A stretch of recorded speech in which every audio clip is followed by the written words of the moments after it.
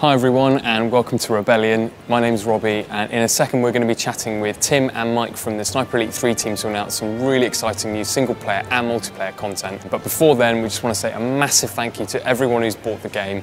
You've helped us get to #1 in the UK and loads of charts across the world, and it's just been such an exciting month for the studio, reading everyone's comments, reading all the reviews and seeing what you thought of the game. But let's have a quick sneak peek now at some really cool stuff that we've been working on since launch.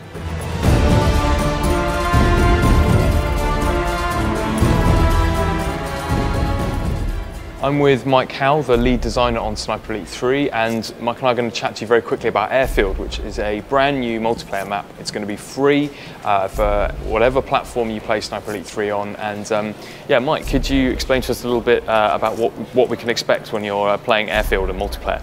Sure thing, buddy. Well, a lot of the fans might be familiar with Airfield from the single-player campaign, and we've taken this airfield and absolutely obliterated it now. So the hangars have been torn apart. There's been a bombing run which has gone down the center of the airfield. We've introduced these nice little sort of flanking routes underneath the airfield that you can furtively duck under and flank your opponents. And we've got a lot of new sniping positions which we've introduced throughout the map as well, which the players will have a bit of fun trying to find those new ones in the environment. Yeah, sure, great. So do you have any tips on certain areas players should be looking out for?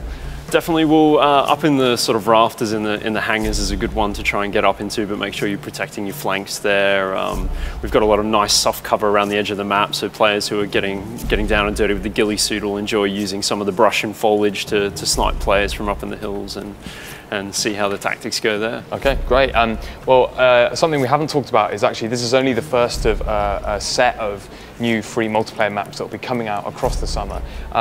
Could you give the Sniper fans a kind of a quick preview of what they can expect, what's coming up? Sure. Well, we've got a very sort of interesting, unique tropical map with a lot of dense foliage, a couple secret spots around the external perimeter as well. We've got a high altitude map, which is actually kind of 3 spires, and they're separated with the sort of like old ruined sort of dry riverbed and lots of tank carcasses and that sort of thing. And you know, it's really sort of interesting dynamic. We've been playing that with the studio up north, and the final one's kind of just a ruinous sort of battlefield with a bit of a seascape around the outside of it. But again, you know, there's lots of great vantage points for the player to take advantage of there as well. Great, sounds like a lot of fun. Brilliant, thanks Mike. Moving on to single player, we've had a dedicated team of designers working on some brand new single player content for you.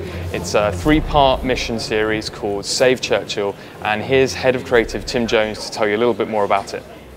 Well, Save Churchill is a set of 3 new single-player downloadable content missions that form a little mini-campaign in which you're playing as Carl Fairbairn, trying to thwart a German plot to assassinate Winston Churchill himself in the run-up to the famous Casablanca conference.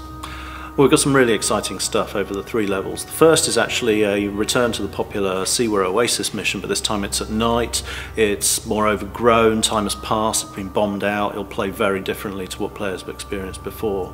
In the later levels, we move into a secret weapons facility. There's like a stunning coliseum in one of the missions, which is actually the largest environment we've created in any of the Sniper Elite games ever, which, you know, I think is going to blow people away. For experienced Sniper Elite players that have been through the campaign, they'll be looking for some new experiences.